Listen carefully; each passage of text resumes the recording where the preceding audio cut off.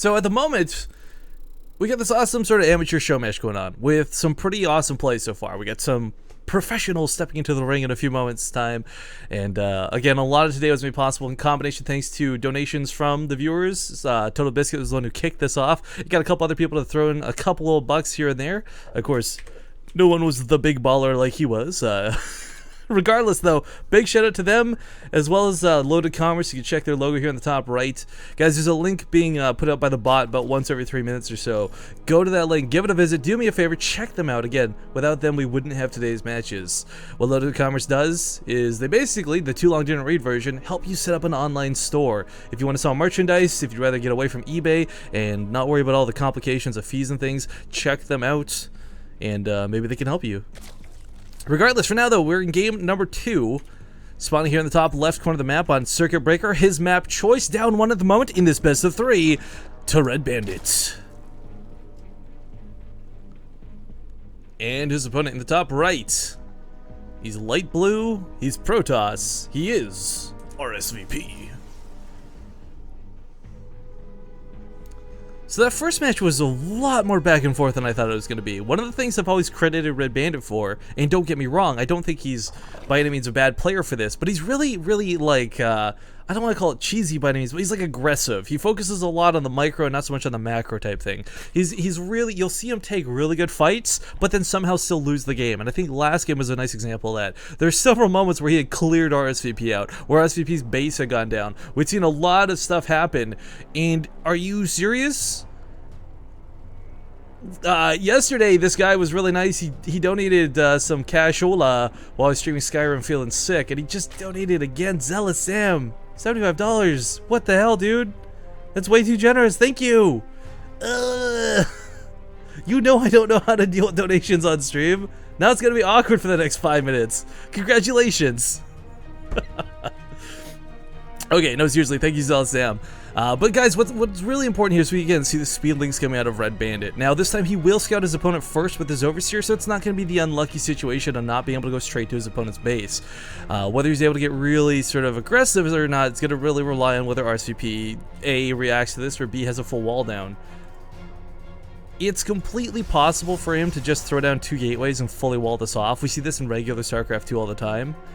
But as far as Starbow goes, it's funny, a lot of the standard stuff you guys have come to learn and expect to see kind of feels like it just goes out the window. One of the weirdest things is for the longest time we weren't seeing any Evolution Chamber walls out of Zerg players. We weren't even seeing proper wall-offs out of Terrans.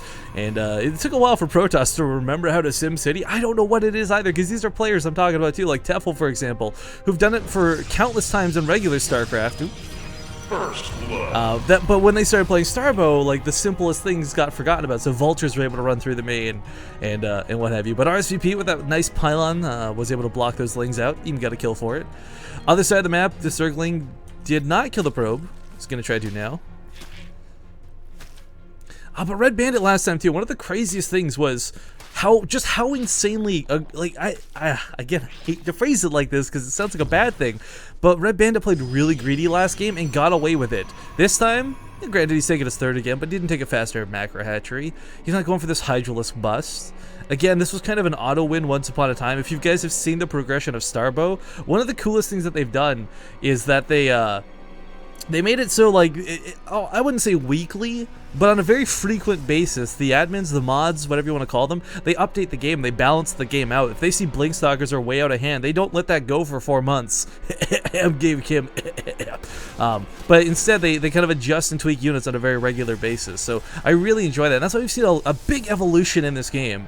You're no longer seeing those automatic Hydralisk bust wins we saw once upon a time where Protoss players were struggling to throw down 5 cannons and hope to hold the lines until charge was done, and even then sometimes it wasn't enough. Although I will reference, big shout out to Red Bandit, there was the most intense Nexus snipe ever during, I want to say Starbow Ladder Cup 2? It was either 1 or 2, it was one of the earlier ones. But he did this like Hydralisk bust, and I think it was actually against RSVP maybe, or Franskar, I can't remember. It was against a Protoss player. And the point was, like, with his dying breath of a Hydralisk, he took out the Nexus, he tore down the walls, he killed a lot of Zealots. It was like the craziest, most fun game ever, and it really made me fall in love with his playstyle, this really sort of hyper-aggressive Zerg. But the problem is, and once again, like once you got to that late game, it felt like you really started to tunnel vision. I wouldn't say panic ensued by any means, but game number 1, we saw just how kind of stuck on one direction he got. There's a lot of opportunities that game too where I feel like maybe if not Dark Swarm, at least Plague, something from that caster level of tech could have been implemented. But for now, we got some links to deal with these Zealots. These first 3 will not be that big of a deal. They should be able to deal with it. Yeah, gets that full surround immediately. Really nicely done there. Might still lose a couple lanes here. Oh, he's actually microing the low one's back. I don't know if you guys saw that. Oh, man, look at those little health things. Red Bandits, again, you can't help but credit this guy's control of his units. But again, the problem is it doesn't matter how good your micro is. If you don't have the macro behind it, you can really fall behind. Now, 2 cannons is a very scary thing to consider running past, which is why he's not taking that dive. He sees the probe there as well and doesn't know when his Zealot's going to come out. But back at home, he's taking a 4th. He's got that 3rd up and running. Again, playing very greedy versus RSVP, but kind of getting away with it at the same time. The muscular augments for the Hydralisk will be coming out very quickly here. And it's so weird watching Hydralisk come out of tier 1 tech, but you know what? That's Starbow for you. This weird mess, this is the larva inject I was talking about before, guys. That's actually something worth noting. We didn't see this every last game. It's Starbow, I believe you can only build 1 queen per hatchery, if I'm not mistaken. And one of the other things that go hand in hand with that is you can only... You know, your injects become somewhat limited. We saw a ton of macro hatcheries last game. I think Red Bandit seriously had like 3 or 4 over the course of that game. And it makes sense that he wasn't doing a lot of injects back then. But for game number 2, for this map, I don't know if that's maybe something he's thinking about actively, like devoting a couple resources and a little bit of army supply towards getting those injects going, or what the deal may be. But let's not forget, in the early game, Queen Enrage is so good versus Zealots. Its damage is kind of I don't know, we'll call it high. It's really good is the bottom line. But Spine Crawlers coming down for some defensive stuff. Yikes. The Zealots are not going to get a lot done, sadly, and the Hydralisks forced to retreat. Or no, sorry, the Zealots forced to retreat, the Hydralisks coming to scare them off. Red Bandit starting to get some creep spread out too. This is kind of nice to see. That's something we definitely lacked last game. It's worth noting too, for those who don't know, the creep spread, well, granted important, it doesn't actually provide any speed bonus in Starbow. The only unit affected by speed when it comes to creep is a queen. Outside of that, every unit moves the same on and off. It's got a slight regen bonus attached to it, but it's no speed bonus. Oh, and I see people bringing this up in chat. It's a good point worth mentioning. If you've never seen Starbow before, or if you're even a little bit interested, hell, if you watched Tasteless and Artosis streaming last night and were kind of curious, Starbow is free to play. This is done through the StarCraft 2 arcade, and Blizzard made the entire StarCraft 2 arcade free to play a few months back. So if you're curious, if you're bored, if you got a friend and you're like, hey, we both like Brood War, this kind of reminds me a little bit of it. Let's give it a shot. I still like StarCraft 2. It's called Starbow. You can search it on the StarCraft 2 arcade, and again, 100% free to play. Enjoy. But okay, Hydralisk and Zerglings will be able to hold this off. That high ground advantage will come into play for the Hydralisk, of course not so much for the Lings, but still a little bit tentative to engage here. RSVP knows he's got a really strong force with those +1 weapons, but not enough, I think, where he can confidently destroy this army. Now we had a Baneling Nest start up already, and again, Red Bandit is literally the only person I know in the Starbow sort of scene that uses Banelings on any occasion. I'm a little curious how he plans to use them here. I mean, I guess the splash damage will be okay versus the Zealots. But you gotta kind of like wonder, like, would the Zerglings even buffering those hits maybe be worth a little bit more? I don't know. But we'll get Storms coming out and a ton of Hydralisks already in play. Good chunk of these are going to be morphing into Lurkers in a moment's time, of course. And when that happens, that's what's really going to sort of prompt RSVP to need to get observers out. It's not even a question of want, but absolute necessity, as there's just no way you can run into Lurkers. Their splash damage is way too big, and their damage is maybe not the end of game high that you would imagine it to be, but still is quite strong. Oh, we do have Nubitized Carapace this time, though, worth noting. This is something that did lack for Red Bandit last game. Those observers constantly out of position. Or not observers, sorry, overseers, so unable to snipe the observers. But coming up on the front lines, this army looking quite scary. More Banelings morphing in here. I can't get my head around the Banelings. Wrapping around this is a little bit difficult, but with the Dark... Oh, the Dark Templar gets in here, and there's no more Overlord. these Hydralisks will have to either commit fully to this or just straight up die. A couple cannons could be overcharged if he really wants to make the defense a little more solid, but this is looking really scary. This is so many Hydralisks, and this is off of 4 bases. This has only got 37 drones behind, oddly enough, but still, no detection for these TTs means a lot of these units are going to bleed out unnecessarily. But here comes that brand new Overseer. Meanwhile, at the third, there's, okay, a Spine Core here to defend. Cyber Core going down is going to be huge, actually. RSVP can no longer make a lot of the really important units to defend this off. Granted, Zealots with charge, with those, leg enhancements, there we go. So I was trying to remember the name for Starbow. They will be able to chase these back. Blink Stalker is going to come forward. And if Red Bandit had a rally of units behind this, he certainly would have put RSVP in a lot of fear, I think. Oh, he doesn't know about this base, sadly. This is perhaps a free snipe he could have gone for first. Either way, it takes a pretty nice fight here in the early game, evens up that army supply. Lurkers are going to burrow here on the bridge, and if Zealots charge, well, they're going to die. Bottom line. Overseer with Neoplanetized Carapace with the army this time means these Dark Templar will not be that big of a problem. Definitely an annoyance, but not that big of a problem. God, I can't get over it. Like, if there's one thing, like, okay, I always kind of fantasize about Starbow incorporating, or StarCraft 2 incorporating some things from Starbow from time to time. If there was one single thing I would wish for, it would be for the Brood War. All those probes got wrecked! It'd be for the Brood War sound effects and animations to come back onto the Hydralisk. It's so cool. You see the green spit? You hear it just sounds so much more deadly than like the little of like the regular Hydralisk in StarCraft 2. Anyways, this base will be taken care of this time. A couple probes going to remain, but that's alright. His focus is, of course, on the Nexus. Needs to get back to sort of catering towards his army. A lot of these low Hydralisks could possibly be morphed into Lurkers and thus regain their health, but even with that Zerg regen, it's not exactly the fastest thing in the world. These units are going to be quite weak for the next engagement. There's a couple Storms left, in fact, only one left. Almost has enough energy for 2. Actually, another Templar coming in almost has enough energy as well. Lurker's gonna do big damage to these Zealots. They're in the main retreat once again, but still not quite killing them. And while Zerg regen's something to talk about, so is the shield regen on Protoss. As we see, you don't have to wait that 10 seconds out of combat for shield regeneration to kick in. Immediately, while fighting, they can still regenerate a little bit of health. But Templar coming forward once more.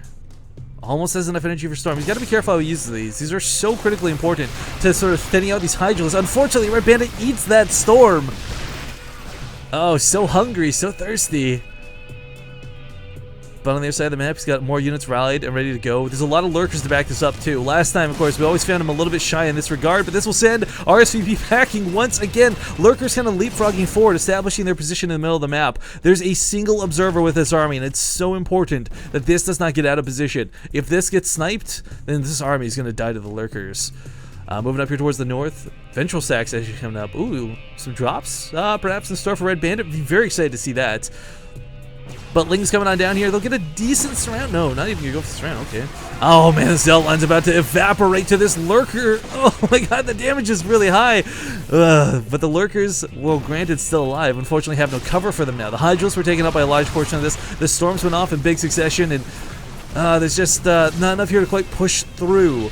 Now, while this is going on, we do have our Bandit continuing to expand, and his army is it looks a little bit small because he's leaving a lot of home. He's segmenting it off, and he's being able to, again, just take map control. But this is kind of how the last game went, too. We saw a lot of early game dominance for Red Bandit. His Zerg prowess was enough to push back the Protoss menace, but RSVP was still able to win it out in the end. Now, it's worth noting, guys, even resources may have been lost at this point, but one of the key things is RSVP's got upgrades in a superior manner. This kind of happened last game, and it kind of feels like what led to his snowball. Again, all you have to do is start taking like slightly better engagements, slightly better victories when it comes to these little scuffles, these little shuffles.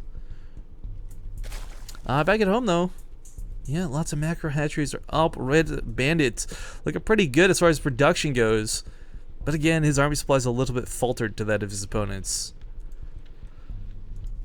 Would definitely like to see more injects involved with this. I mean, again, the injects aren't the same as they are in StarCraft 2, but they're still a boon to have a huge advantage. But, okay, Lurkers are going to burrow right away. Zealots are going to go down, even though they will take out a couple of them with them. Doesn't quite get that observer in the back lines, and will these Hydras be enough is going to be the big question. One Archon standing, but lots of Zealots barely making it out of here with their lives. Means these Hydralisks are going to be in full retreat. However, Lings are focusing the Nexus while this is going on. So while Red Bandit's going to lose the army value, or the army battle, he may get the Nexus in the end. If he can get this Nexus, this will be worth his while, but if it gets cleaned up, it will certainly be a big regret. Unfortunately, it looks like the Nexus will go down, and RSVP still remains on 2 bases.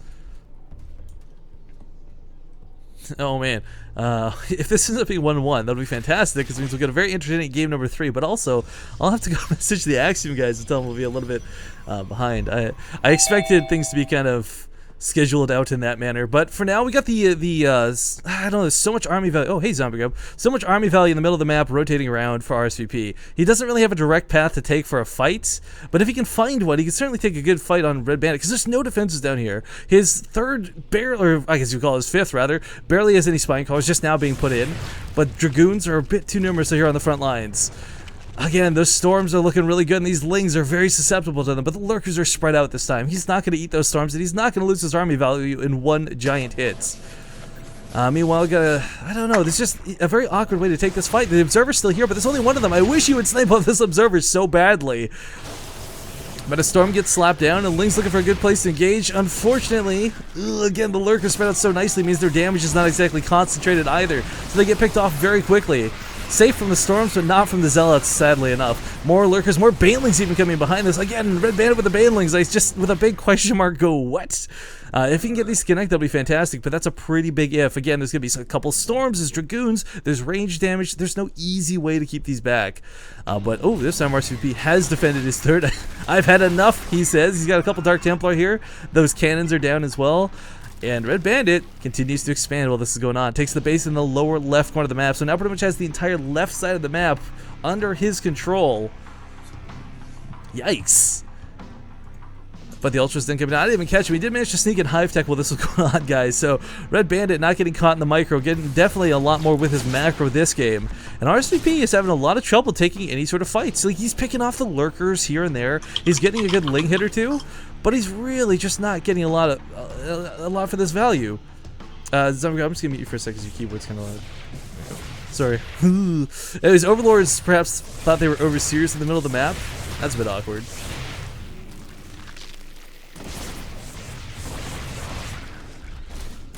Alright, well, morphing in a couple more. I don't know. Red Bandit constantly has eggs on the front lines. Disengaging with the Hydras once again. These storm trades are really going well for RSVP, but unfortunately he's also losing a lot for this. A couple Zealots being picked off, Dragoons here and there. And for the first time in a long time, Red Bandit's got a pretty decisive army supply advantage. Not through physical numbers, but the fact that he's got so many lurkers currently in play, so many Ultralisks on the way. Last time you guys will remember, he was barely able to get out Hydralisks. He barely had a couple links to his name. And it's looking pretty good for him this time. Meanwhile, he just got the lower right, some Banelings. Ooh, this is what he's going to utilize the Banelings for. We're going to have some Bane Rain coming down in a sec, guys. Yes, there's an army value engagement going on over here, but I don't care because I want to see these probes get annihilated to this Overlord. Unless, yeah. Oh my god, I did not realize just how badly Banelings wrecked workers in Starbow. I am now fully aware, and I am a believer. Now he's loaded up some of his army over here. It looks like he was going to drop the main while this was going on, but maybe force to unload and start defending back at home. Although the Ultralisks look like they're going to clean up a lot of the front line sort of gear, which means that these lurkers won't have a whole lot to get on top of them. However, still has to be a little bit worried about this. Loses more lurkers on the front lines. His own detection is non-existent. Oh dear. There we go. Snipes off that Dark Templar. But a drop heading off towards the main, and you know what? There's not a lot here right now. It's just going to be the production hold on to this. So while this is only a couple Lings and a couple Hydralisks, this should be enough to really get underneath RSVP's skin. That Bane Rain was the coolest thing, by the way. I should have looked at the workers killed afterwards, but he's up to 50 probes dead so far this game. Down to 33 workers, and he struggled to get this third base up. Now that this fourth is completed, Red Bandit was absolutely waiting for that to finish before he went in. With adrenal glands, he's got that crack effect they can really do a bit of damage with. I'm not sure where he's running his Lings to. He's got to be fully aware that his opponent knows that they're there. Anyways, the drop goes off without a hitch, but unfortunately doesn't have a lot here. If there's a little more in this drop, perhaps could have done some more damage, but as we see, the production alone is enough to hold the lines. But while this distracts him to the north, Ultralisks move into the middle portion of the map. Those Zerglings still waiting towards the south. Red Bandit with the multi-pronged hits this time. So his army was RSVP distracted in the north, distracted in the south, now going to perhaps lose the middle. Actually, no, I take that back. The Archon should be able to clean this up. There's only a couple Ultras on this. Maybe there's a couple more Lings that have the DPS, but as the army's drawn away from the fourth, he pounces. Probe's going to go down. No warp-ins because it's Starbow. Well, I mean, you can have warp-ins, but let's be honest, nobody uses warp-ins in Starbow. But these lings should be able to focus down the Nexus, and the biggest thing Red Bandit's really done is killed RSVP's ability to make a ton of units. Again, he's got a really scary-looking army through Archons. His upgrades are looking great, but you know, he doesn't have that 5 base economy to work off like he did last time. But Red Bandit perhaps getting a little too greedy now. Hopefully doesn't start throwing away too much of his army supply. Fighting into chokes against Archons, throwing those lings away. Like, these are the mistakes you start making when you feel you're really far ahead. And if he does this too much, he's going to start losing the game. That being said, he will retreat these Ultras back and retain them for round 2. More lings coming across the map, and we talked about it last time too. He didn't really have this rally, this power force behind it, but guys, it's 174 supply to 105. Granted, the army value is not super duper different, but a lot of this is lings, and he just goes for the base snipe once again. GG is called, and Red Bandit will even the series up 1-1, taking us to game number 3.